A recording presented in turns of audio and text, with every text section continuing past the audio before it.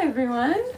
Thank you so much for coming out tonight and spending your lovely Thursday evening with us here at Books Are Magic. My name is Amali, and I'm the events director here at the store. So we are so excited to have Adorah, Nworah, and Jane Peck with us tonight to celebrate the launch of Adorah's debut novel, Housewoman. Before we get into all of that, I just have a few logistics to point out for how tonight's event is going to go. First off, mask wearing is optional tonight, but if you'd like an extra mask, we have some up at the front register where you checked in. We will be doing a hand-raised audience Q&A towards the end of the discussion, so please start thinking of questions to ask and hold on to them. After the talk tonight, Adorah will be signing and personalizing books at the alcove next to where you checked in. We'll let you know where and when to start lining up for that. And lastly, if you're joining us virtually on the YouTube live stream, we would love to encourage you to buy a copy of Housewoman online using the link in the live stream description. All right, let's get into this. Housewoman is a chilling novel about a woman sent from Lagos to Houston to start a new, seemingly dreamy life, though she quickly discovers the sinister expectations and secrets that her husband and in-laws are hiding. Full of provocative prose and tantalizing twists, while weaving in Nigerian lore and diasporic literature, this book is truly unique and unforgettable. Adorah Nworah is an Igbo writer from southeast Nigeria. Her stories have been published in Afrida and Anna magazine. She lives in Philadelphia, where she practices real estate finance law, and is cat mom to a handsome Napoleon cat. As I mentioned earlier, Jane Peck joins Adorah in conversation tonight.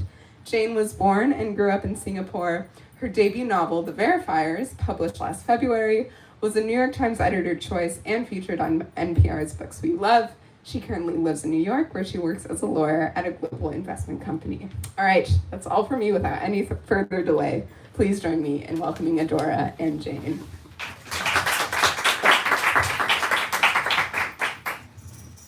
Thank you all for coming. I see a lot of familiar faces in the audience, and it just really warms my heart to have you guys here today to celebrate the launch of Housewoman. So thank you for being here.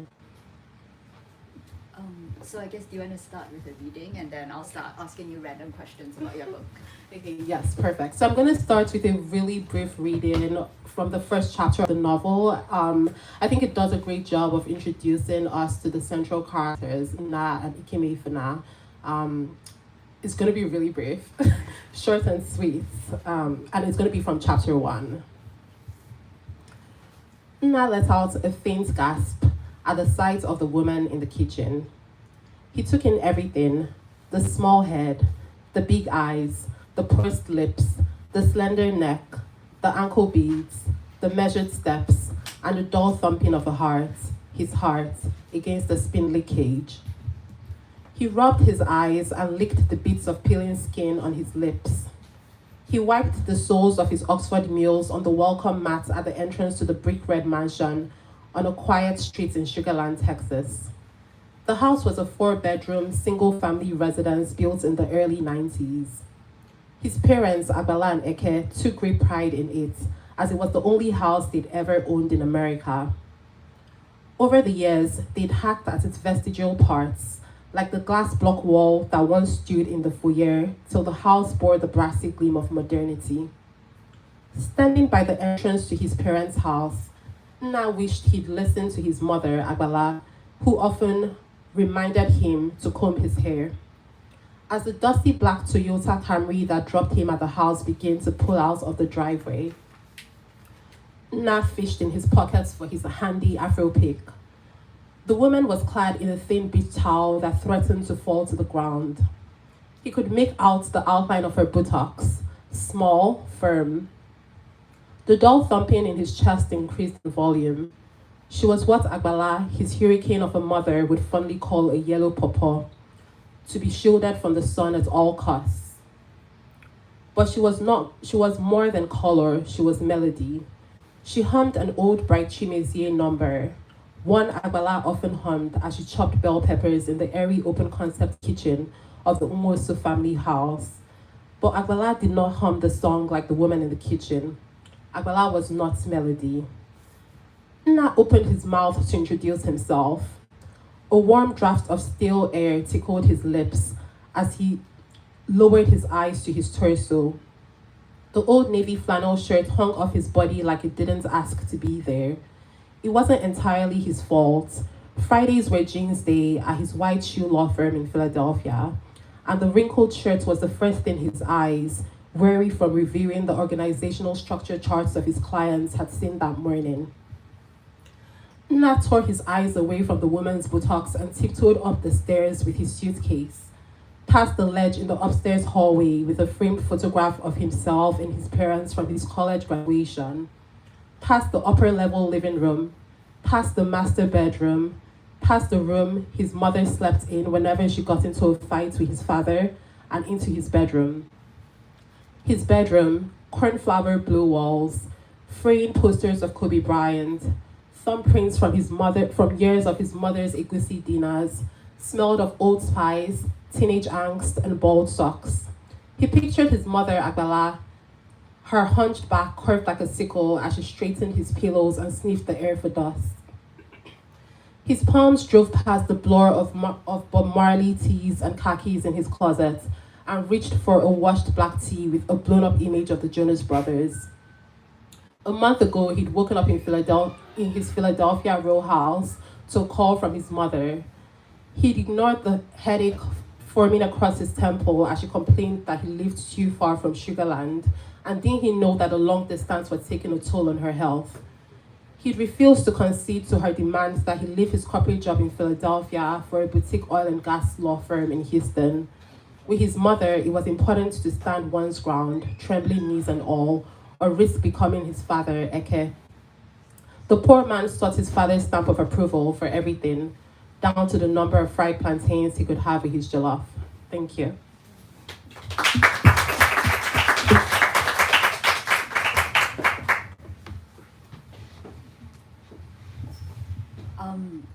So thanks for reading that. And it's so interesting because I feel like the first chapter, we open from Anna's perspective. And so we see him see this mysterious woman in his kitchen, his parents' kitchen. And, he kind of develops an impression of her and an idea of who he thinks she is and what she wants.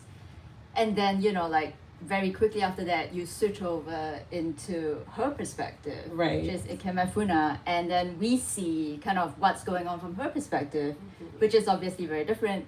And then as the book progresses, we get a variety of different perspectives. We get Agbala, who is Anna's mother, or and then we get various. And so I feel like, how did you approach, because at the end of the day, you're telling a story and it's a mystery. Right. And one thing I really appreciated when reading it was how you kind of laid clues throughout the story, I think. Mm-hmm.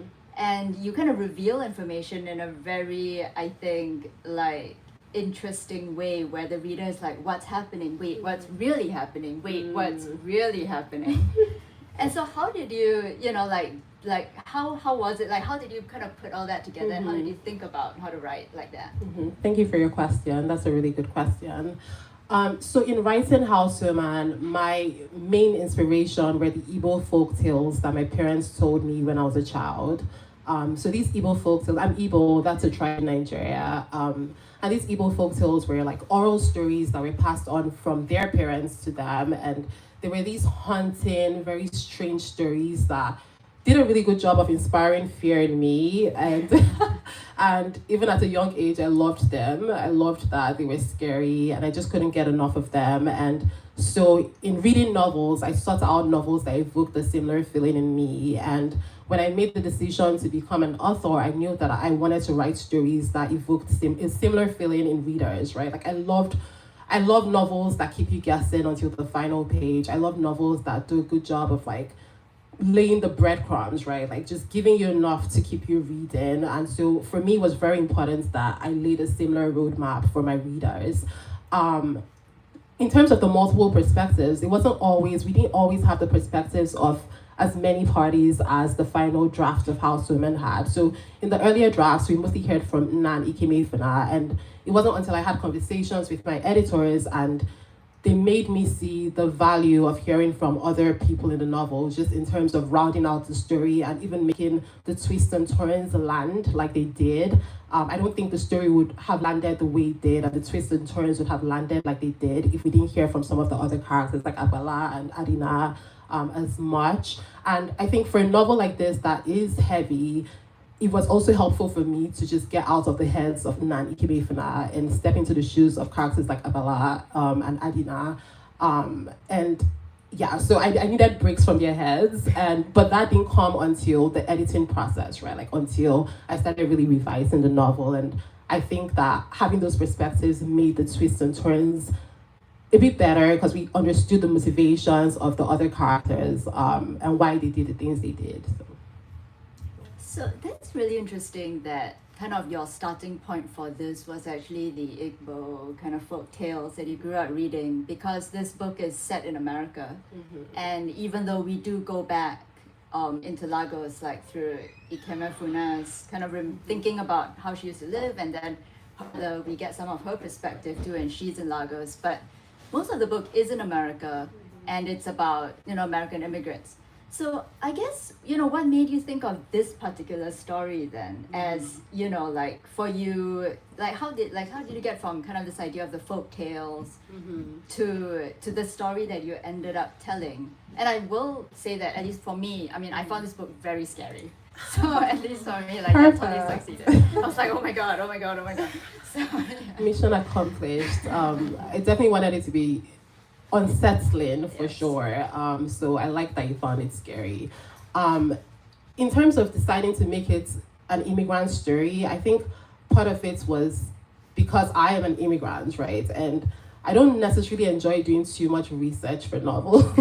I think our jobs as lawyers keep us busy enough. So I wanted to focus a lot of my energy on crafting the story. And so even in terms of like the settings, right? Like Lagos, Houston, Philadelphia, these are all places that I've lived in.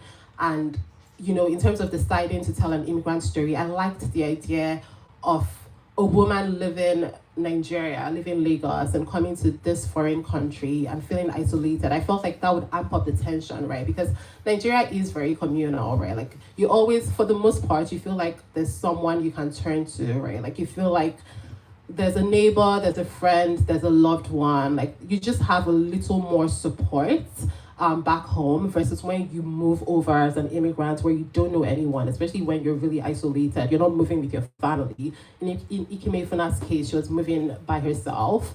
I felt like that would provide the perfect ground, like the perfect setting for a story like this, and especially in a neighborhood like Sugarland, which is this wealthy suburbs on the outskirts of Houston, right? Like where everyone typically minds their business, right? Like that's not something you see as much of in Nigeria, in neighborhoods in Lagos where neighbors are in everyone's business. So I felt like for a story like this and to achieve the unsettling feeling that I wanted to achieve with Housewoman, we needed to have the story of a woman who left home and felt really trapped in this new life. And at the same time, when I was writing Housewoman, I was reading Etafrum's A Woman Is No Man. I don't know who has read that, and it's by this Palestinian author, and it's just amazing. I loved the book, and it explores similar themes, right? Like it's also a Palestinian woman living her home to come to America and who feels trapped and isolated in this very unfulfilling, abusive marriage. So that also informed my decision to write Housewoman. So Yeah, and it's interesting because as a novel about immigrants, I think you talk about the quote American dream unquote, and that is something that Ikemefuna thinks about. Like she has a particular idea of what the American dream is, and then at other points we kind of see that Anna's parents have achieved some version of the American dream. Right. Like they came over very poor and then they worked their way up and now they're successful.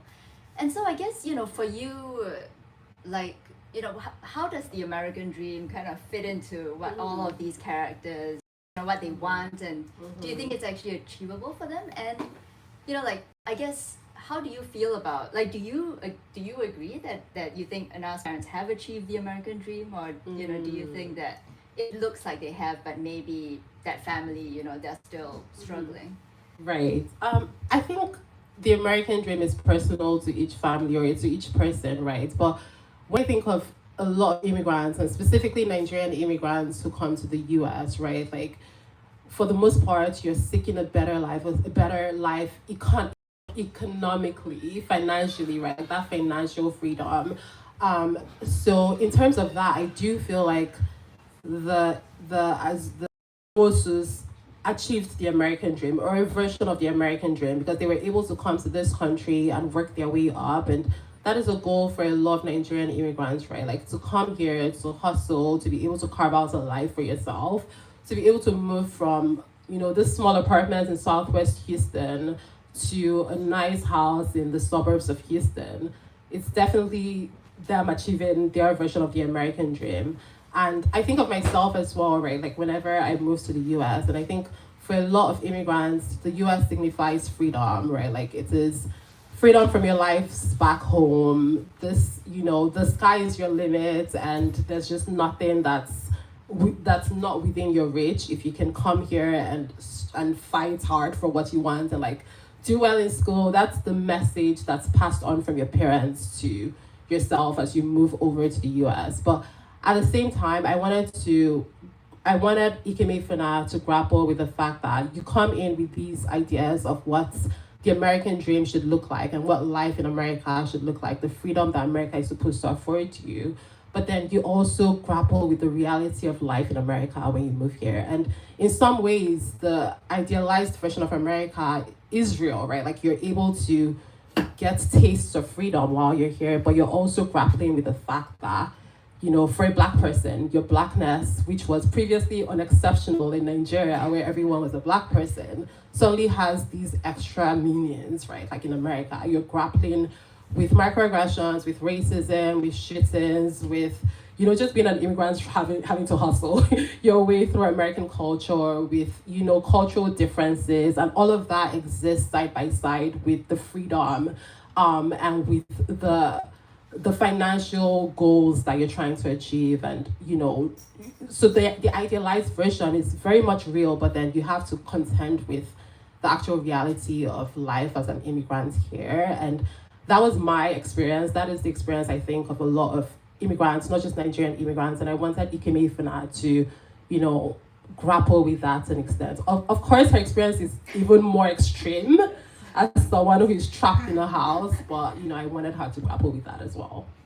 Yeah, and to your point about kind of how say a Nigerian person is perceived in America versus in Nigeria, I thought it was really interesting how you would kind of describe things from their perspectives, and then you would also have side characters who would look at Ana and Ikeme Funa, right. And then they would think about these characters in a whole other different way, and you really get this kind of kaleidoscopic views of what all of these people are and different perspectives.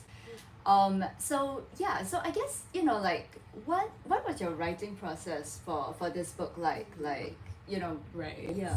Okay. So my writing process for this book was me just writing my stream of consciousness down on paper. So my first draft was a mess and no one read that draft, but I just wanted to get the words on paper. And then I revised it maybe 1 or 2 times before I sent it out to literary agents. I mostly wrote the book late at night or early in the morning because I had started my current job at a big law firm, and you experience that life, so you know what it's like. So I mostly worked on a novel late into the night or on weekends when I could.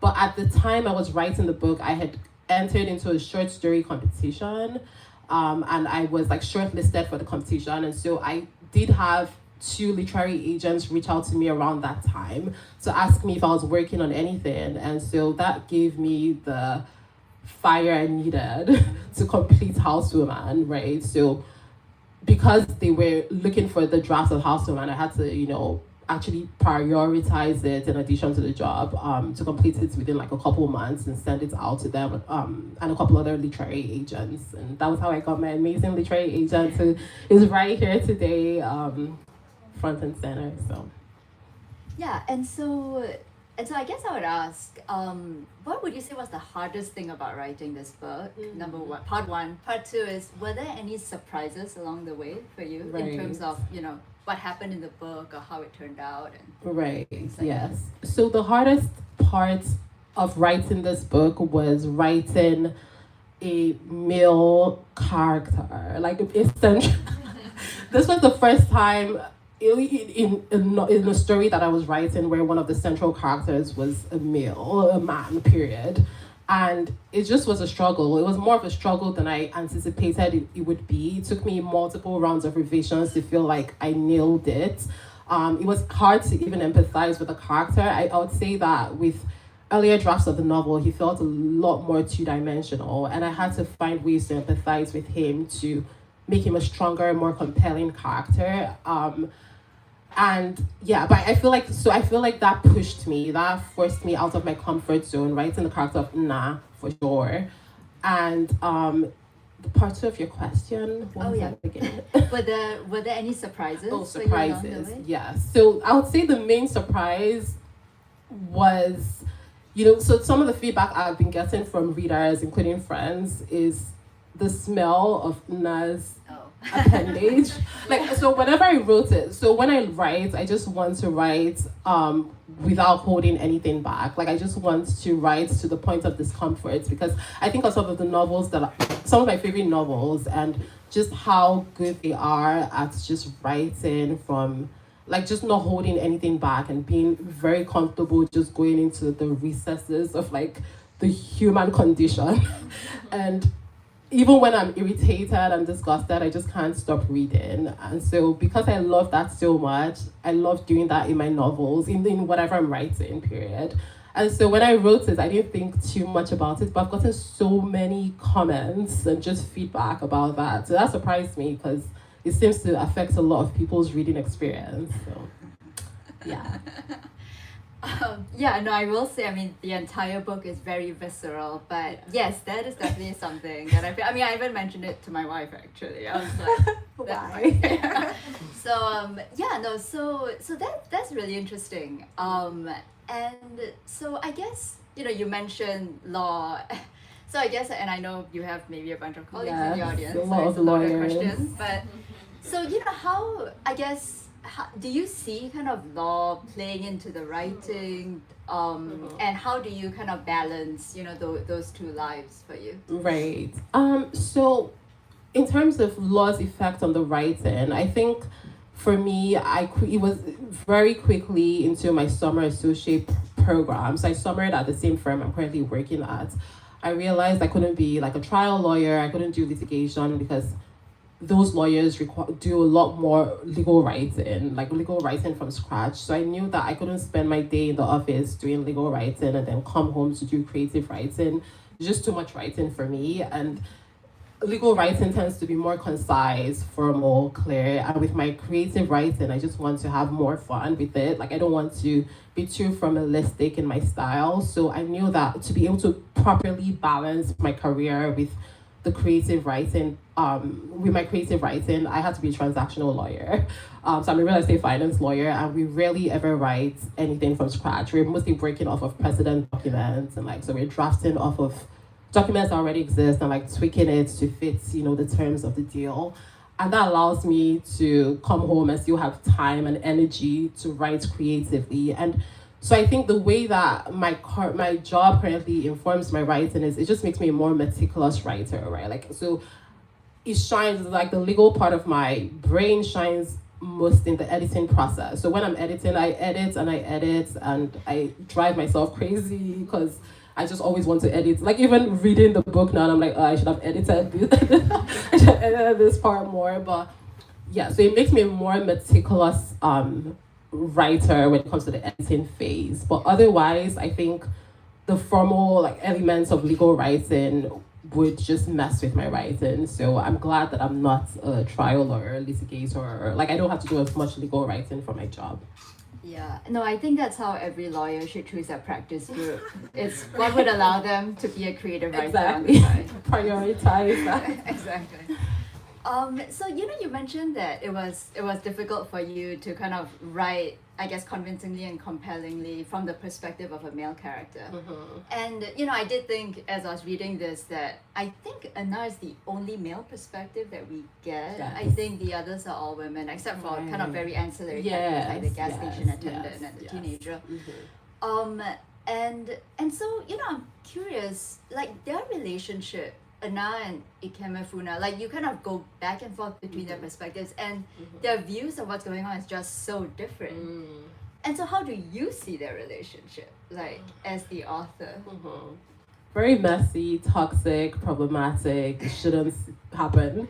And I wanted to capture all of that messiness and toxicity, and there's a lot of violence in the relationship as well, and that was something that in editorial conversations, right, like that was something that my UK editor specifically wanted me to flesh out, because I think especially by the time the reader gets to the end and sees what the actual connection between these two characters are, the violence would make a little more sense. I hope it would make a little more sense. So I just really wanted to flesh out the toxicity in the relationship. Like, this is a really toxic relationship. It's really problematic. But it starts out as a boy meets girl, like a meet cute type thing, especially for Nna's point of view. Because Ikemefuna comes in with a little more clarity on her end, like knowing that this is not for her. But Nna, at least at first, thinks that this is something he could be open to. But then obviously as the novel progresses, he he's a lot more he has his guards up a lot more as it goes forward. But because of just the nature of their relationship, I just needed it to come across as toxic as possible and as messy as possible. And I also just love messy novels. Yeah. So I wanted to infuse my love for messiness in their dynamics. Yeah. And I guess, like how what do you think of Ikemefuna? Like, because I feel like she is she's, I think, at least one of the protagonists, and she is the most sympathetic character. Like, I feel like all the other characters, and even she herself, they're like complicated, but she is, I would say clearly, I was, really rooting for her to get out of that house. So, like, how do you see her, like, who she is, like, what she wants? I feel like part of it, too, is that she's almost like a reflection of everyone else's expectations and demands, like from the time she was born, like kind of having to deal with her parents and knowing that she was adopted and then coming over there and then just, being handled by everyone else. Like, and I think this is brought up more than once in the novel. She is actually physically handled by both strangers and people who are like supposed to be close to her. Right. So, how do you kind of see her as her own person, I guess? Right. I think Ikemefuna is a character that I hope surprised herself. I think she doesn't realize how strong she is. I know there's a scene where she talks about how women with strong voices are reserved for women with, who just have the luxury of living life on their own terms, right? But with the character of Ikemefuna, I just wanted to explore, the lengths that a person will go to when their backs are pushed to the wall, right? And most especially the way women are forced to perform their roles in marriages, in patriarchal societies, and how they're forced to survive it, right? Like, and so Ikemefuna acts from a place of survival at all times, and she continues to fight for herself and advocate for herself when no one else would, even when people should. And she never stops right until the very end. So I don't think she saw herself as strong as I did, because she kept fighting and she's just a fighter. And in my Houston event, someone asked me if Ikemefuna was possessed.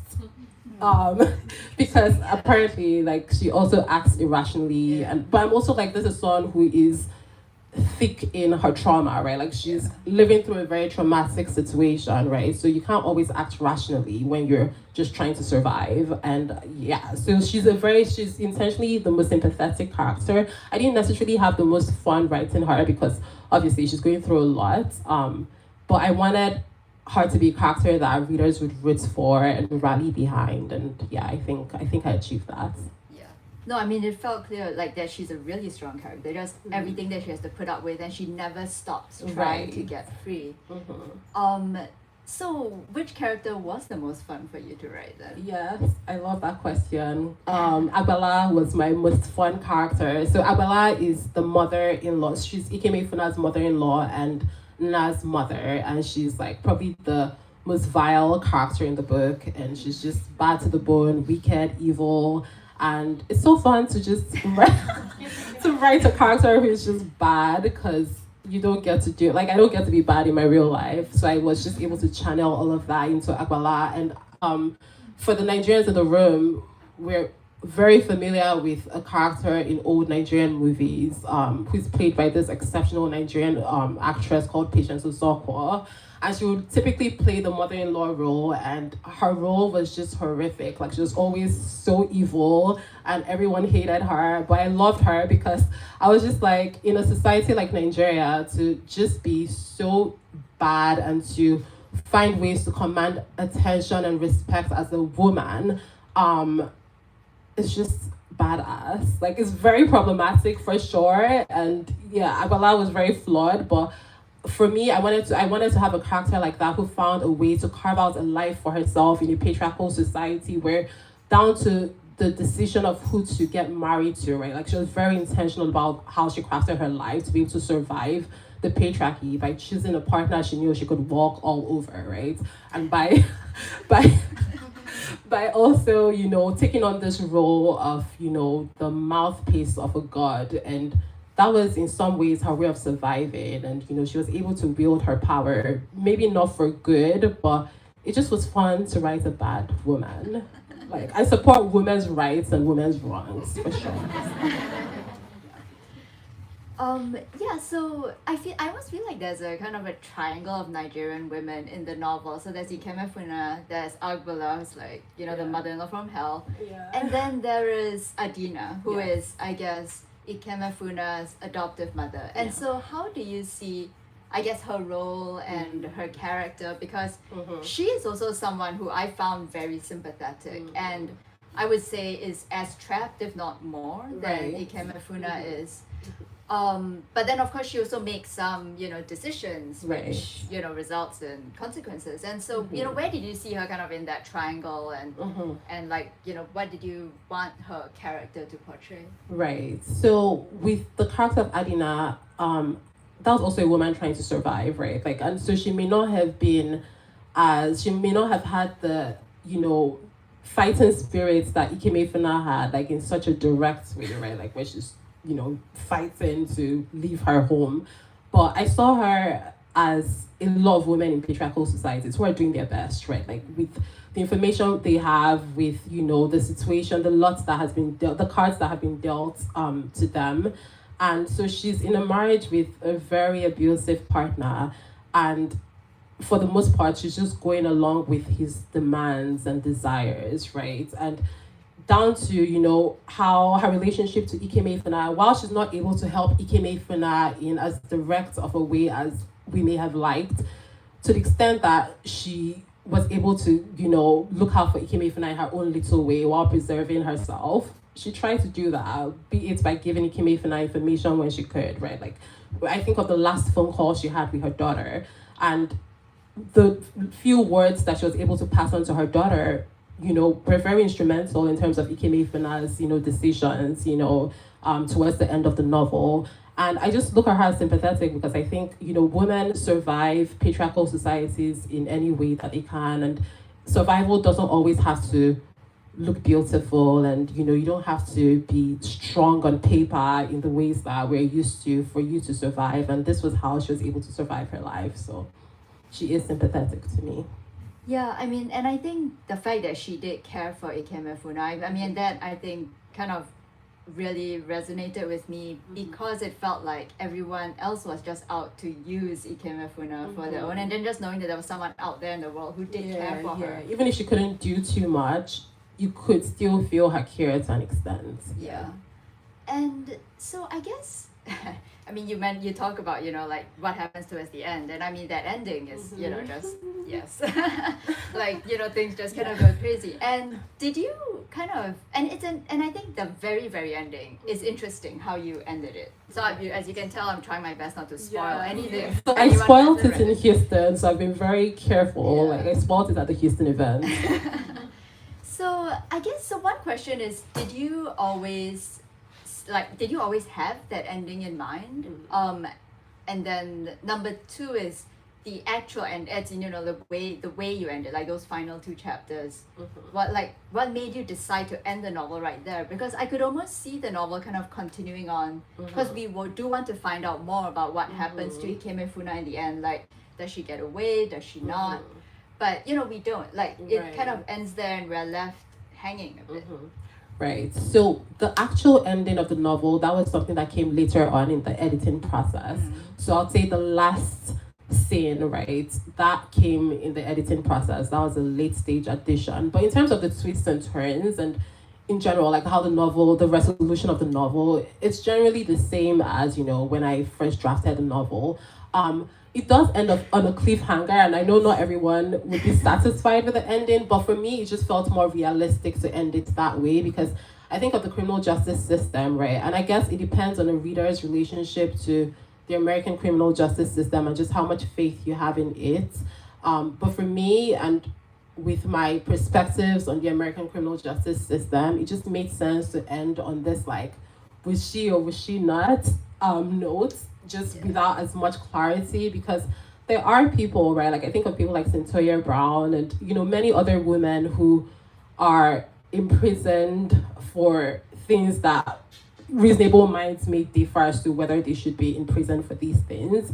So I don't know, like I just felt like with the state of the American criminal justice system and as a Black woman in America and whatnot, it just made sense to have it up in the air. And it doesn't mean that things will not, I guess, depending on how much faith you have in the criminal justice system, it could be a good ending or not, right? Like,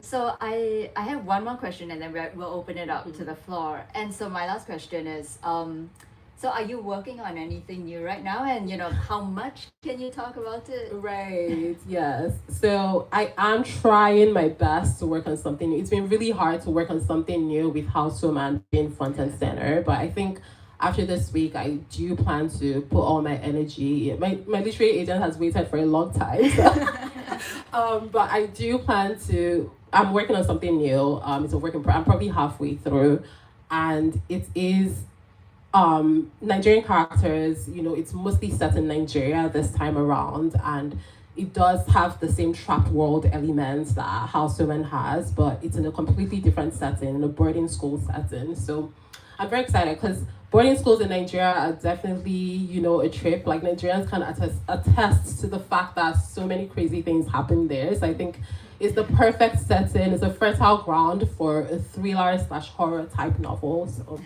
I'm very excited. Great. Thank you. Great question. So, audience, this is your time to shine. Any questions? Hi, Ma. What was up with eating the passport? Right, yeah, so that's another really visceral scene. I just, like I said, I love I just love writing visceral scenes, and for me, I feel like that just amped up, like just how crazy. I wanted Agbala and Eke, the in-laws, to be as eccentric as possible, and so just going that far to just make sure she wouldn't have access to it, like they would easily go that far, right? Like nothing is out of bounds in their quest to trap and conquer Ikemefuna. So that was why I had that in there. Hello. I have a question. So you mentioned the second book you're working on being in the horror thriller genre as well. Yes. And House Woman is also sitting in that genre as well. Is there a reason why you tend to stick to that genre? Because like Divest?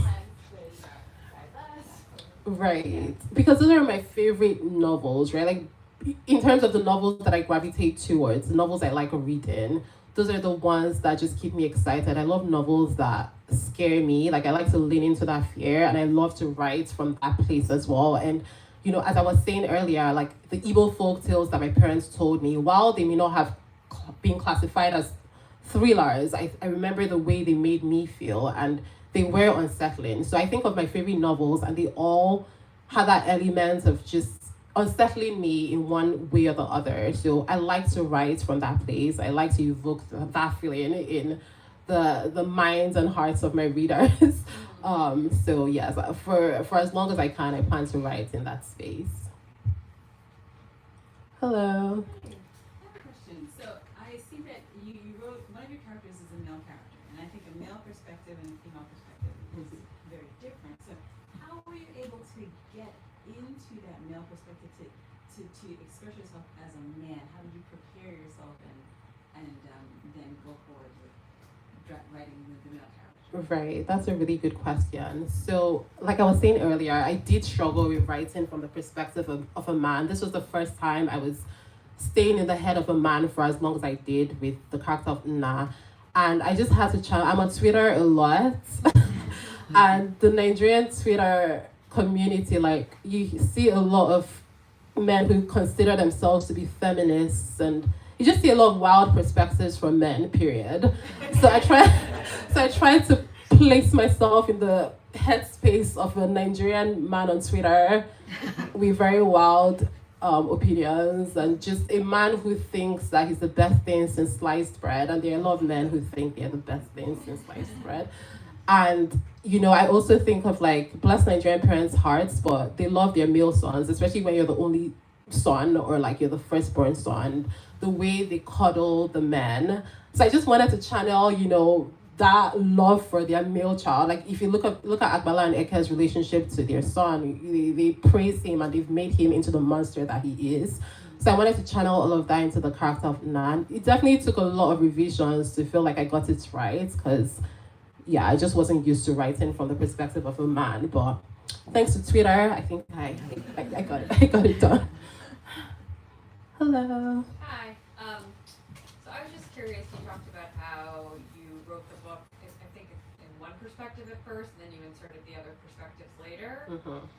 Did you already have most of your plot points worked out and all of the pivotal moments, and then just wrote them from different perspectives, or did the different perspectives really shift the story? So even with the initial drafts, we had Nna and Ikemefena's perspectives. So the two central perspectives were always there, and it was the secondary characters that became voices. Like we had their perspectives later on in the draft. So the plot was pretty much already set in place. I think with the editing process, the biggest change was just the pacing. I would say, with my earlier drafts, most of the action and those secrets and whatnot, the breadcrumbs, you see them in the second half of the novel. But with the editing, I tried to do a better job of, asking questions earlier, having the main characters grapple with some of these questions earlier, right? So by the time the twists and turns and the secrets are revealed at the end of the novel, it doesn't come, like, it's still a shock, but it's not like it's coming from nowhere, right? Because they're already grappling with it earlier. But the plot was pretty much, set in place from the earlier drafts. Yeah. Hello. Hi. I'm just curious to know what your final thoughts or like feelings were when you realized that you were completely done with the book. For the first time, or like when I was actually done? You're actually done. Exhaustion, and just like, okay, let's just get it out there, because there are a lot of rounds of edits, right? So after I wrote it by myself, I edited it with my agents, and then it went out on submission, and with the editors, I probably edited it like 2 or 3 times, like serious edits. So by the time I was done with all edits, I was just like, okay, I'm done. I never want to read this again. I'm just ready to put it out there. But I was also really proud of the progress that the book had made, because as much as the storyline was pretty much the same, I feel like with the rounds of edits, each round of edits made it a stronger book. Like, it made the story sharper, and I could see the progress with each round. So pride was another major feeling I had by the end of the process. Hold on. Were there any editing notes that you were like really against and rejected, or that you were unhappy with? I love that question. So for the most part, I agreed with most of my editorial comments and feedback. I would say maybe towards the end, because I did have a change. So towards the end of the process, I lost my editors because they went on to bigger and better things. And so there were like maybe very minor last minute edits from, the new editor I had, my new US editor that, I just pushed back on a little bit. And I would say the US editor, the new one, was a man. And so he had a male perspective that just, my spirits just rejected. But he's a great editor, but just minor feedback that I felt from a woman's perspective just wouldn't make sense for the novel. I pushed back on it, but for the most part, the editorial comments were spot on. Hello. I would love to ask about the cover design. Ooh. It very much Yeah. feels like it's referring to like the yellow wallpaper, that floral design, but then I don't know, I can't help but feel like there's something in those shadows that's like watching you or waiting to creep out. So I would love to hear about your thought process behind that whole design process. Right. I wish I could take credit for it. Like, I'm not that creative. Before I saw the cover design, all I could think of in my head was a house and a woman, because housewoman. But the US publisher has an amazing designer who designs a lot of their covers. And she came up with this, and this was like the first option, and we all instantly loved it. And I just love that it's abstract, it is creepy, it just captures that Texan essence, the heat, the wallpaper, the shadows, and so I had nothing to do with it, but I approved it, so. I think that's. Hello. Hi.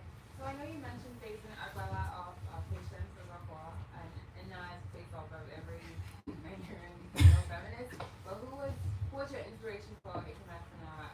Did you draw from parts of yourself, any women, any notable figures? What was the inspiration for that character?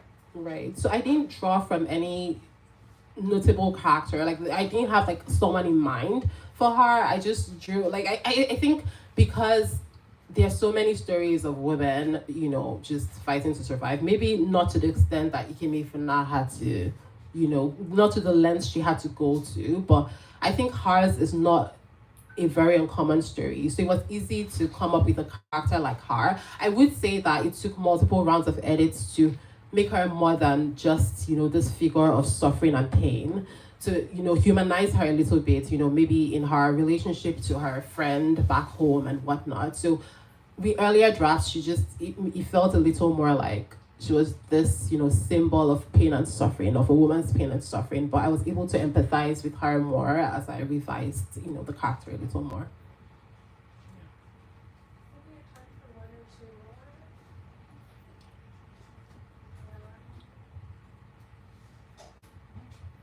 Hello. Are you starting to think of a movie?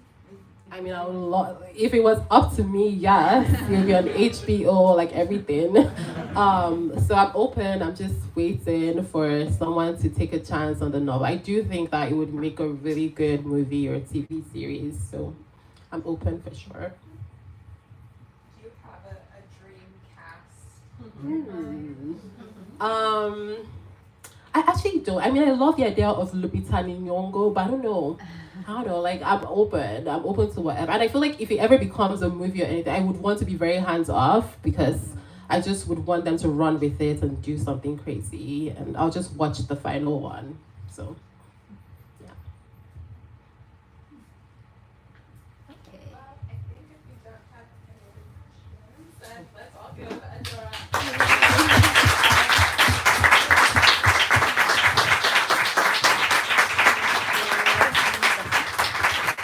Thank you all so much for coming out tonight. Thank you to everyone who asked such wonderful questions. Thank you to Jane for moderating this fantastic discussion. And of course, thank you to Adorah for celebrating this debut launch with us. So just a few quick reminders. If you're still with us on the YouTube live stream, you can buy a copy of Housewoman by clicking the link in the description. For those here with us tonight, we have plenty of additional copies available for purchase. So if If you haven't gotten one yet, I highly recommend you do. If you have gotten one, then you might as well buy a signed one for your friend too, because this is certainly a book that you will want to have someone else with to talk about it. We also have some copies of Jane's debut novel, The Verifiers, which is a wonderful mystery novel, and I would say a perfect thing to maybe kind of take a breather from after finishing Housewomen. You know, if you still want the mystery, you still want the thrill, but maybe a little bit less unsettling, it's definitely your go-to. And it's in paperback, so it can slip right into your bag. All right, I was gonna say one more thing. Adorah will be signing and personalizing books. My Kirker Jewels is pointing right now to where that's gonna happen. It's a little bit hidden, but we ask that you all line up down the center aisle and curve around to the wall. Please make sure that you grab all of your personal belongings with you so that we can start to break down and rearrange the space. Thank you all again for joining us. Let's all give these two wonderful authors one last